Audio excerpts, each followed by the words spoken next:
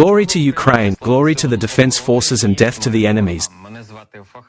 My name is Fakhrudin Sharafmal, and in the coming information hour, I will inform you about the most important things that are happening in the world in Ukraine as of this moment. We will start this information hour by talking about what the situation is in the international arena, and we will start by saying that currently the candidate for President of the United States, Donald Trump, has stated that he is not a supporter of the imposition of sanctions. Answering the question whether he thought about easing sanctions against Russia as part of the agreement to end the war in Ukraine. And as we are well aware, Trump himself has repeatedly spoken about this agreement, and his advisors allegedly even presented some plan on how to achieve this ceasefire. Donald Trump stated this in an interview with Bloomberg. I will quote his words. With sanctions, we push away everyone who approaches us. That's why I don't like sanctions. I found them very useful with Iran, but with Iran, I didn't even need sanctions that much. During his presidency, Trump said that he was not considering lifting sanctions against the Russian Federation. He also imposed sanctions on the Nord Stream 2 gas pipeline. In particular, in 2019, Trump signed a defense budget that included restrictions on companies that provide ships for the construction of the gas pipeline. But Trump is not very good about sanctions. He has this, let's say, an unequivocal position, because specifically in relation to China, Trump also imposed certain restrictions. It can't be called sanctions, but it was an increase in duties due to the trade war against China. But as for the DPRK, as for Iran and as for Russia, there were sanctions. Although, as practice shows, even though various kinds of restrictions are imposed on Russia, neither European countries nor the United States stop trading with Russia and, ultimately, exchanging goods and services.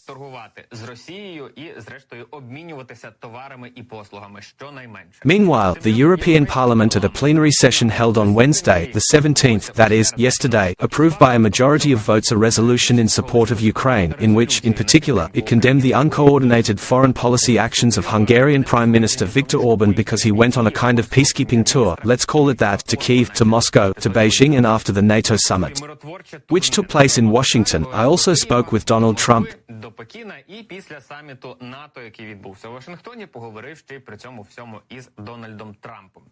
The resolution, which was supported by 495 MEPs out of 679 who voted, reaffirms support for the independence, sovereignty and territorial integrity of Ukraine within its internationally recognized borders. She condemns Hungarian Prime Minister Viktor Orban's recent visit to Russia, stresses that he did not represent the EU during this visit, and considers this visit a blatant violation of EU treaties and common foreign policy.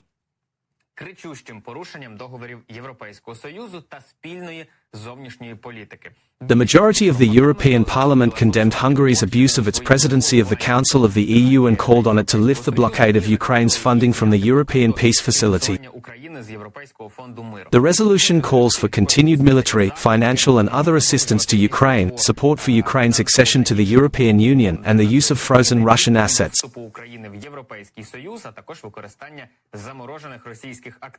Separately, it condemns the Russian shelling of Okhmedit and Russia's hybrid attacks against the European Union, due to which certain states of the European Union have to implement new policies, in particular to identify and counter fake information, which often comes from the territory of the Russian Federation as part of Russia's hybrid struggle against the EU countries.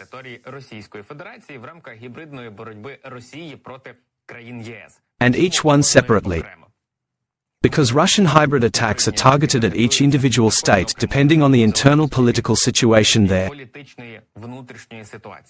Overall, in relation to these issues, which are condemned in the resolution, the European Parliament calls on the Council to continue and expand its policy of sanctions against Russia and Belarus, while monitoring, reviewing and improving the effectiveness and impact of these restrictions. And there are, unfortunately, certain nuances with this, because the Russians are quite adept at circumventing any restrictions imposed on them by the European Union. In all areas absolutely, from the merchant fleet, which loads oil, to the purchase of various electrical components and various electronics and spare parts, which are then used in weapons with which the Russians attack the territory of our country.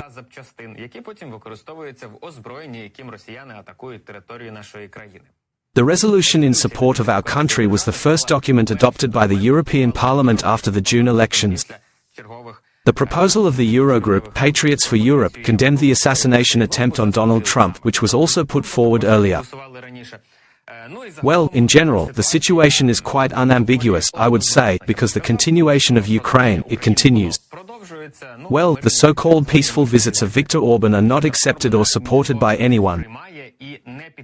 Because once again they emphasize that he did not act on behalf of the European Union, he was not authorized to act on behalf of the EU or any other instance or institution. These are only his personal visits, which are intended, perhaps, to establish some internal connections or communications. At this point, we will move on to discussing other topics that are actually also important from the world of international relations. But I think we'll start with the United States. Valery Klokok, the head of the Veza Center for Public Analysis, is in touch with me now. Mr. Valery, welcome and glory to Ukraine. Glory to the heroes, hello.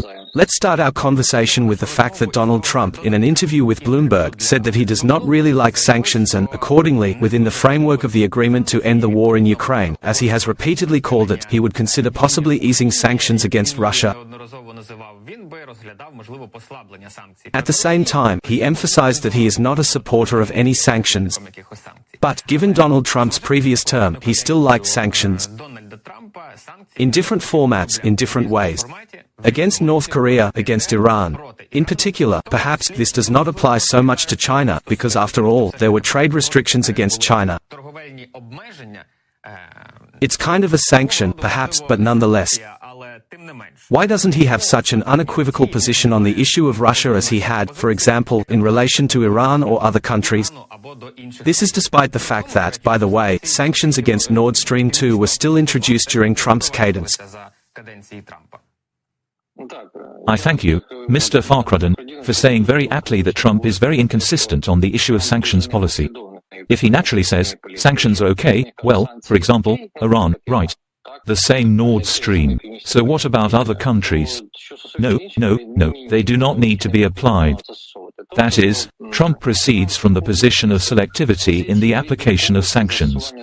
And when he talks about sanctions in general, he doesn't mention Russia. He argues that the sanctions policy as a whole has led to the formation of a quartet of states that are very friendly with each other, North Korea, Iran, China and Russia. He also accuses Biden of connecting China and Russia. This is the main thesis that I drew attention to in a long interview with Trump, where he talked about the impact of sanctions policy on Russia, which led to China's rapprochement with Russia. Trump thinks that's fair. Інтерв'ю Трампа, де він, власне, говорить про те, що от саме, що стосується санкційної політики Росії, то це призвело до того, що Китай став ближчим із Росією. Let's be frank that the sanctions policy has enabled China to increase its trade with Russia to $240 minus $280 billion, although the exact data is slightly different from the previous year. However, this does not mean that the sanctions should be lifted.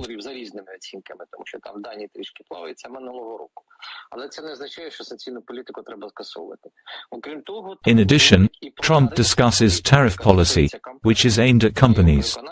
According to him, such a policy will force companies to return to the United States and build factories, for example, not in China.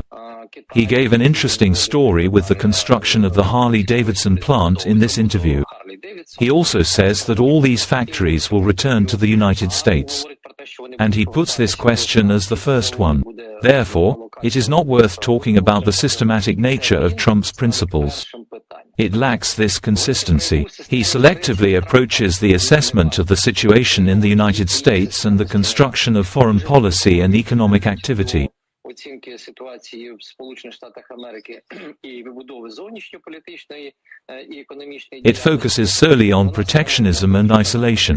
And again, what principles he will be guided by to achieve peace, for example, he does not specify. Trump, unfortunately, apologizes that Putin would never invade Ukraine, as he says he has a great relationship with Putin. Although I hate China, I have a great relationship with SRI. I love China. There are a lot of such phrases. And specifically about мене чудові відносини із Сі, я люблю Китай. Ну, от дуже багато таких, знаєте, такого набору фраз. І конкретно про те... By the way, he also talked a lot about Europe. And he is very indignant at Europe that Europe has actually built its own security at America's expense, as he says. It is now in such an attractive state and we are protecting it. It cannot be. Everyone has to pay for it. And he also mentions Taiwan, claiming that we have allowed him to become a leader in chip manufacturing. He notes that 100% of the world's chips are made in Taiwan, although to be specific, this figure is 92%. He also notes that Taiwan, if it wants to receive military equipment from the United States, must pay for it. He claims that military aid to Europe, Taiwan, or Ukraine will not be provided for free. This was Trump's position when voting on the $61 billion bill. Currently, this assistance is provided free of charge, but this should be clarified. Again, there is only one way to differentiate Trump's policies. America acts for free, and it will put its interests first. Стосовно політики Трампа загалом можна лише одну. Все буде робитися не безкоштовно Америкою. І Америка буде виходити з позиції «вирішуйте свої питання самі. Ми не будемо втручатися у ваші проблеми». Це є дійсно загрозливо. Що стосується України, то, звісно, треба звернутися до тих... As for Ukraine, it is worth referring to the materials that were published in the American press when information appeared about Trump's plan to end the war between Russia and Ukraine. Its representatives confirmed the existence of such a plan, but did not disclose the details. However, it is clear that Trump was referring to the use of various measures to influence the situation, such as forcing Ukraine to give up territories or back down in the face of Russian ambitions. So, for Trump, foreign policy and geopolitical issues are of secondary importance compared to domestic American challenges. His main idea is to make America great again. Therefore, Trump should not be expected otherwise, but the methods he uses to achieve this goal may raise questions in America itself. Тому іншого очікувати від Трампа не варто, але інструменти, якими він буде цього досягати, як на мене, вони є викликом і для самих Сполучених Штатів Америки. He offers a challenge, which he says, I would say, not quite consistently, but with some logic. Absolutely, it's a disaster. As he says, it's just a disaster. But there is still a certain logic, because he speaks to the ineffectiveness of sanctions, and on the one hand, it is because neither the United States nor the European Union has stopped trading with Russia. He speaks, for example, for the format, well, theoretically, for the format of increasing the same duty. That is, if you already buy liquefied gas, raise the duty. That is, we are now in a time period, because we are used to saying that Trump is a disaster for Ukraine when he comes. For Europe as well, I will continue to do so, for Europe as well. I want to ask you about this. Now Europe is in the same boat with them. When they say that Europe has built its security with American money, it really is. All bases are American. All weapons are American. Everything is American. In fact, they have very little of their own. And as our president said, as of today, Ukraine produces the largest number of self-propelled artillery units in Europe. Well, just to understand, 18 in total per month. And this is really a fact. Well, no one produces more because no one has the capacity to produce it. And for a second, we also have a war going on at the same time. Then how will Europe get out of this situation if they probably have to reorient their views, reorient their strategies? Because they understand that now the security of the European Union, at least during Donald Trump's term, will depend on Ukraine, not on the United States. Partly because of Trump's inconsistency, and that at a particular point in time is saying, but I won't defend if you don't pay more. Well, conditionally. I'm not sure Trump will pay at all. For example, during a press conference with Ukrainian journalists, the president said a very interesting phrase, just before Trump promised to pay $1 for every dollar that Europe would pay. In other words, parity is 50-50. According to unofficial information, the Ministry of the Northern State of the Alliance has reached an informal agreement with the United States that the same €40 billion that NATO promised to Ukraine will be covered by half of the costs of the European Union and half by the United States. But this money should be provided for in the state budget of the United States of America, which until now, for 2025, has not even been considered. I am not sure that it will be considered before the elections on November 5th. Well, at least they will try, although the procedure will take time. However, an effective vote is unlikely, especially given the difficulty of moving through the House of Representatives and the Senate. There are still many other problems, unfortunately. Now, as far as Europe is concerned, indeed, the challenge is very serious. Europe is concerned that Trump may return to power. Even today, the Democratic majority leader in the Senate, as well as minority representatives in the House of Representatives, officially addressed Joseph Biden with a letter.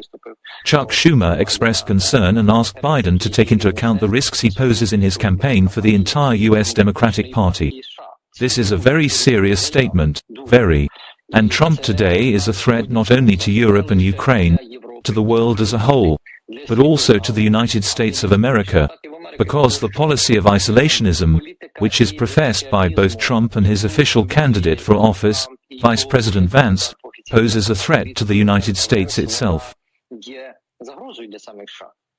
And the first term of the U.S. economic mission under Trump was perceived ambiguously. Although, indeed, some points can be weighed.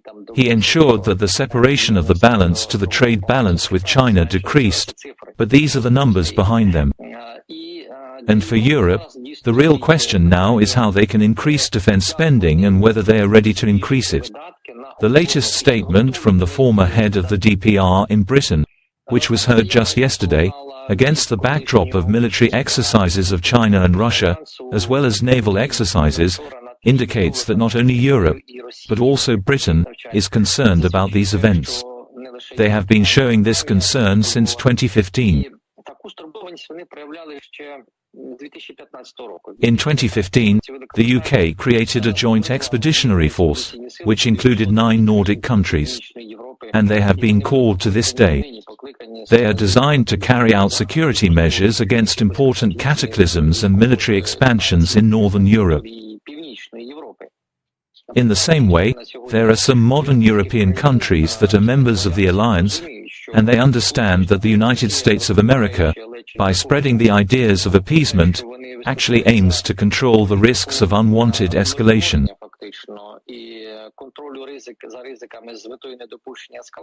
Just 3 days ago, Pat Ryder, in an interview with The Voice of America, said that the White House and the Pentagon would continue their policy in Ukraine in order to avoid expanding the war beyond Ukraine.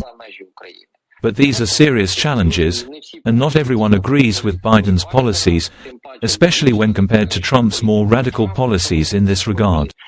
Friends, both Democrats and Republicans, are concerned in Europe today because this is not the best option for their policy of countering Russian ambitions. There is a need to record this. With Trump comes more challenges, and I give the example of the British decision in 2015.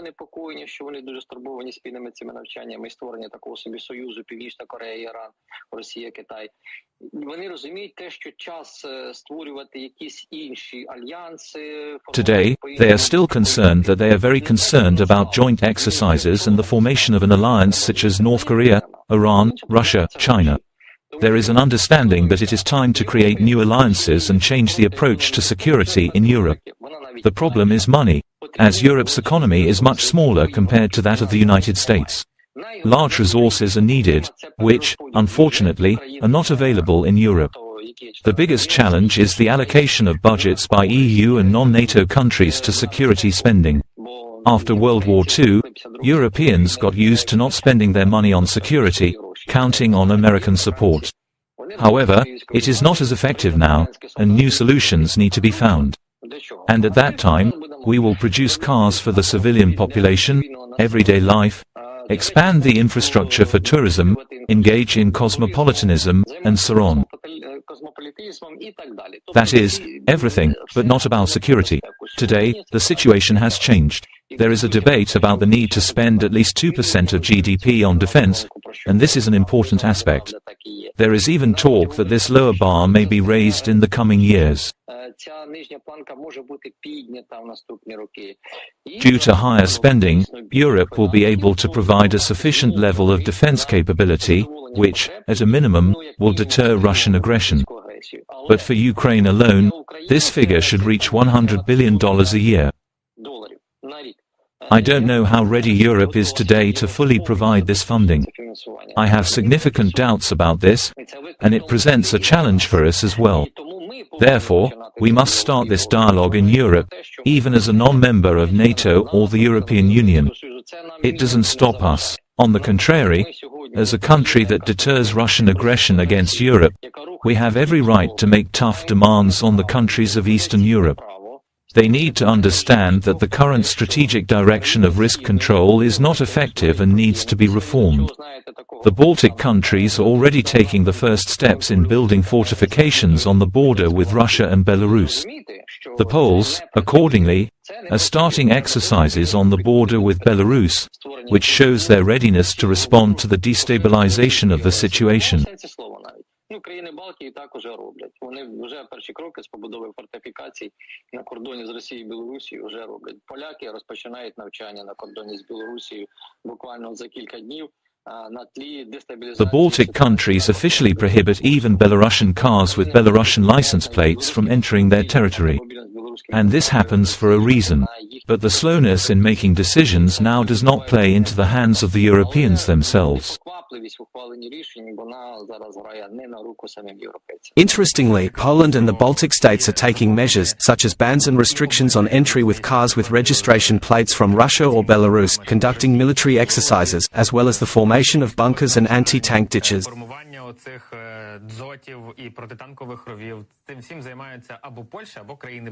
Those European countries that are deeper, it seems that they are talking about some kind of fear of Russia, about the risk of escalation, but they think that they will again be bypassed. And there are countries that know perfectly well what the Russian occupation is, although, well, the Germans should remember this, they are well aware of what the Russian threat is, and they are making some efforts. It's not much, but it's honest work, let's put it this way. You mentioned polls in the United States that put the Democratic Party at a very disadvantage. Joe Biden stressed that he would not withdraw his candidacy from the presidential race unless there are only two exceptions that can change his mind.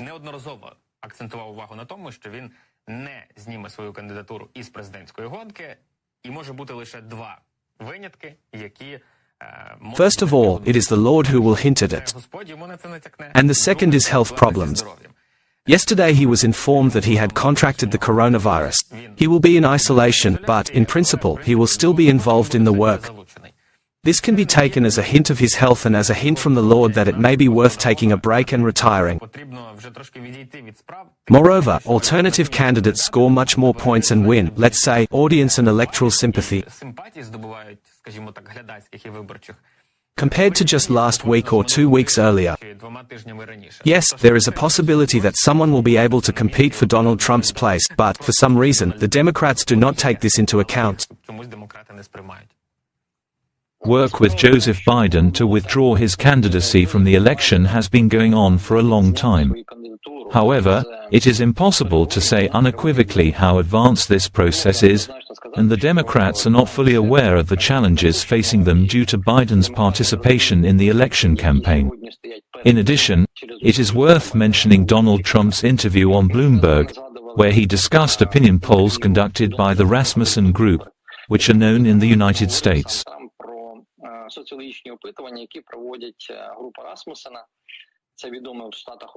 The latest draft shows that he is 9% ahead of Biden. Journalists blamed him for it. There, they say, this poll constantly shows you the advantage. The answer asked, and your polls that Bloomberg conducts, the journalist said, well, yes, indeed, you are ahead of Biden. Maybe not by 9%, but you're ahead. And yesterday's, even opinion polls show that Trump's potential is indeed much higher. And today a message appeared in CNN. This, by the way, is closer to the Democrats. The press, which is close to the Democrats, is actively writing a publication that Biden should withdraw. This means that donors are working in this direction and politicians are working in this direction. And then CNN published that even Pelosi is the former leader of the House of Representatives. well, a fairly well-known US politician, a Democrat, who, well, I consider her one of the leaders of the Democratic Party, but still she even had a conversation with Biden and convinced him that you should not participate in the elections. Because this is a threat to the entire Democratic Party, a threat to the elections of the House of Representatives. Congressmen say this directly. You are preventing us, Mr. Biden, from winning. Because they nod to us when we run our election campaign. After all, we are talking about the presidential election, but we forget that there are a lot of elections in the United States. An unbelievable number. Elections to the House of Representatives and presidential elections on November 5th are held on the same day. And a reboot of the legislature in general. Today, it is also a serious challenge for the United States. They ask to withdraw the candidacy. We will at least get some advantage somewhere, whether in the Senate or in the House of Representatives, in order to balance the Republicans. Because it can't be that way. And the fact that there was a message from Biden, if I get sick, then I can withdraw. I admit the possibility that now it will simply be presented as a variant of why he withdrew. Because Biden can't take off himself, they say, no, he considers himself healthy, and here he got sick. So far, we can build it as a conspiracy theory, just as yesterday there was a fake report that she had some kind of stroke. Although the photo there was a few months ago, which the media actively began to push, there is a different story. But with Biden specifically, he says that history really looks like he can take off. And now the Democrats will act very powerfully. The fact that there are public announcements, public statements from politicians who are not afraid to talk about it and not just hint, but directly tell Biden that he should withdraw. I am witnessed by the confrontation between Biden's family, who support him, and his son Hunter and his wife, which frankly, directly suggests that Biden is full of strength, which is only worth a recent speech to voters, where Biden stood with his mouth open. Well, this is not a desire to give up power, that is, the preservation of power for the sake of power. It is a pity that this is now being demonstrated by the leader of the Democrats, whom I respect very much for the help he has really provided us with, and the work he has done tremendously since the beginning of the large-scale invasion in the Ramstein format. And he is not ready to enter into such a decision. But still, in my opinion, he should have given this story to someone else now. Of course, there is a discussion about who could be, but as the sociology of the Democrats shows, almost any candidate who is being considered today is already ahead of Biden's position by 5% and can compete with Trump. But that doesn't mean the Democrats will have an easy story if they replace Biden. They will have to work hard, because Trump's support is aimed specifically at populism. Populism is their thinking strategy among Americans, and Trump is very popular. It's just possible that someone will get tired or won't take the time to read the transcript of Trump's interview in Bloomberg. It is a collection of words that are often not logically related. If you read the whole interview, you will see the logic.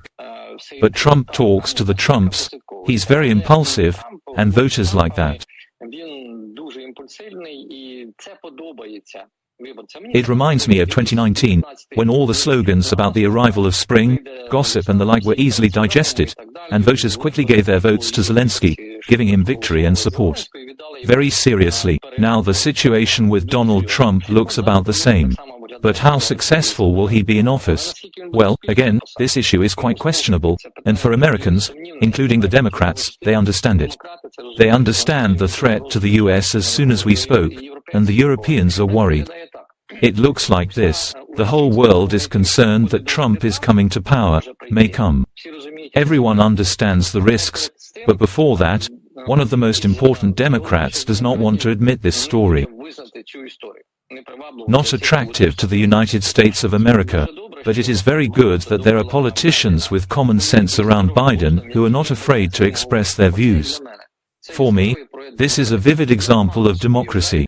I imagine this situation badly, for example, in Ukraine, when an opposition niche is formed around the party leader, not to create a new party or to move to another, but to convince them to nominate another candidate.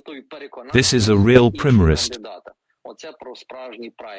Шкода, що вони втратили час дійсно під час цього процесу праймеризу, коли могли висуватися кандидати. It is a pity that during the primaries process, they lost time when they could have nominated more convincing candidates. I emphasize once again that I do not believe that the situation is completely lost, since very detailed statements appear every day. Today's story with Chuck Schumer's address and Pelosi's conversation with Biden testify to this and confirm my words. I would like to ask you about the news that appeared yesterday that the German government, after lengthy disputes, approved the draft budget for 2025 and the amount of aid for Ukraine in it was halved compared to 2024.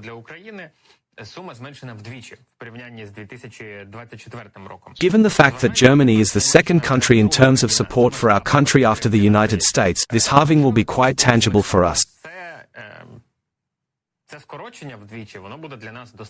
But what does this reduction indicate? Are they tired, or they have nothing to give to Ukraine, or they have run out, for example, spending on conditional air defense systems, tanks, and so on? And, in fact, because of this, support is decreasing. I can't give a complete breakdown of the story, because it includes details about items and expenses. However, I want to draw your attention to the fact that Germany's budget for this year includes 8 billion euros, and the aid received is about 17 billion euros at the end of the year. So, there is a gap between what is written and published and what actually happens.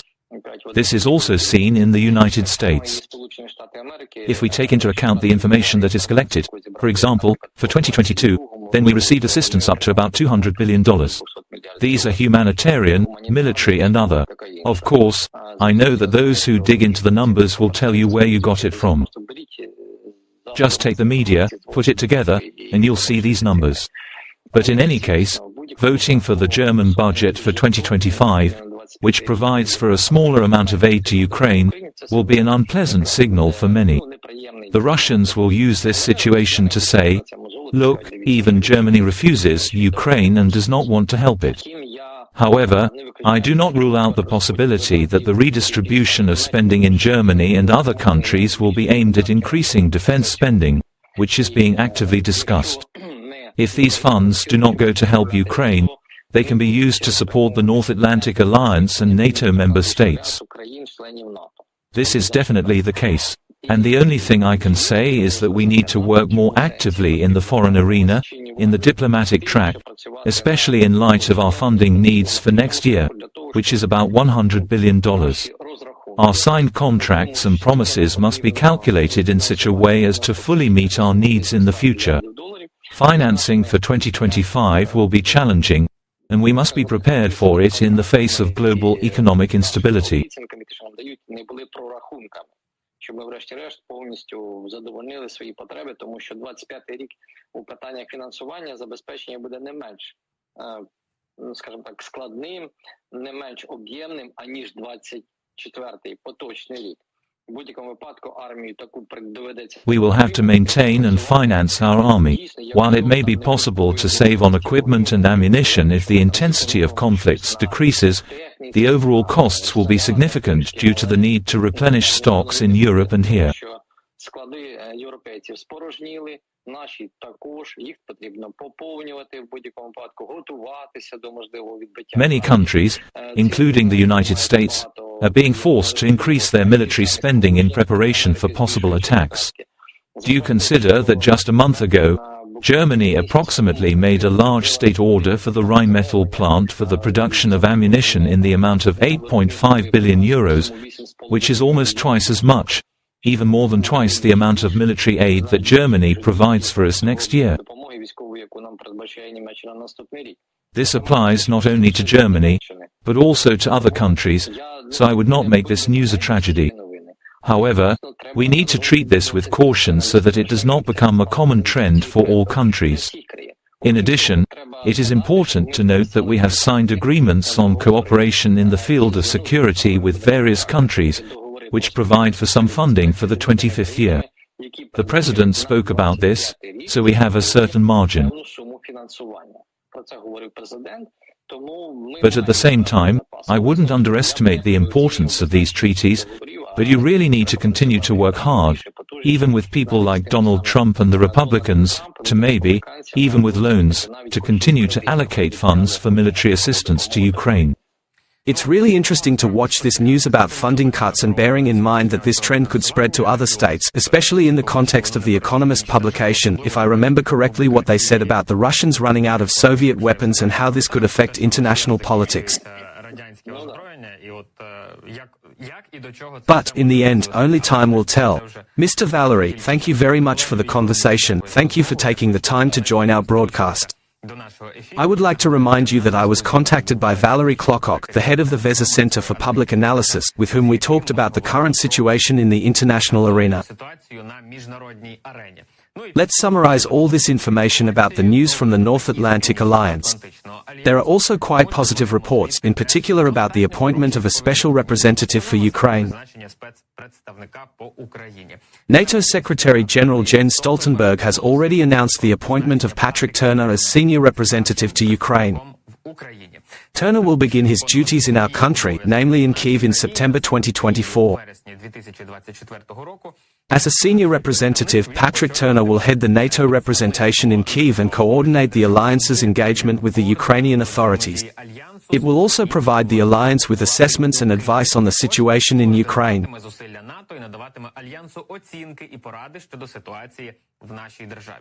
Prior to his appointment, Patrick Turner served as NATO's Assistant Secretary-General for Operations and Defense Policy and Planning. He also had significant experience in senior civil service positions in the UK. And he says he is honored to be appointed senior NATO representative to Ukraine. I look forward to leading the mission and working closely with the Ukrainian authorities, as well as with allies and partners, to provide NATO support to Ukraine. I would like to remind you that the summit of the North Atlantic Alliance in Washington, which took place from July 9 to 11, decided to increase NATO's presence in Ukraine and appoint a special representative. This representative will coordinate the work and provide support to Ukraine for its faster integration into the North Atlantic Alliance in the future. Also at this summit, they agreed to create a new structure to coordinate all types of assistance to Ukraine in the long term. This program will be called NATO Security Assistance and Training for Ukraine. Yes, while there is good news and the first steps towards Ukraine's membership in NATO, the main condition for full membership remains victory in the conflict with Russia.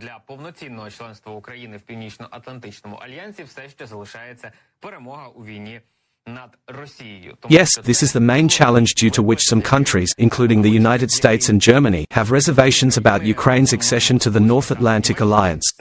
They fear that this could threaten security and lead to the expansion of the war to other European countries. In this case, we are talking not only about European, but also about NATO countries, which in this case will be forced to get involved in the war of the North Atlantic Alliance against the Russian Federation. Well, to prevent this from happening, we have been repeatedly told, including our military and political leadership, that our country's full membership in this defense alliance is possible only after the end of the war. Well, and not just an end, but also a very important just and sustainable peace in Ukraine. Because we are also well aware that any pause in hostilities, any freeze, confrontation or any agreements will be used by the Russian military and political leadership to gather resources and strike with renewed force. Therefore, only when the North Atlantic Alliance is absolutely sure that there is no repeated threat, Ukraine will be able to move forward freely, perhaps install new gates, since the bridge already exists. Уже не через відчинені вікна чи не через відчинені двері, можливо, зроблять якісь ворота, бо місток у нас уже є, придумують щось нове, але так чи інакше, на шляху цьому ще дуже багато нюансів у вигляді реформ, у вигляді змін, у вигляді підгону. At the end of this information hour, we, as always, have a traditional request for help for our troops. Currently, Channel 24 is raising funds in the amount of 320,000 hryvnias, which will be used to purchase a Nissan Navara car for the main intelligence directorate, in particular for the Kraken special unit. Your support will help provide the necessary transport for the unit's critical operational missions. Unfortunately, we can't say, because these are special forces. Well, but believe me, the pickup truck will definitely come in handy because it can perform a lot of tasks at the front from the arrival, ending with evacuation and even installing launchers on it, although it depends on the specifics of the tasks of this particular unit. 23% collected. Thank you in advance for joining. Let me remind you that you can donate by scanning the QR code or by going to the fund.24tv.ua website and doing it there. Thank you in advance. Now we take a short pause and then return to this studio, so don't switch.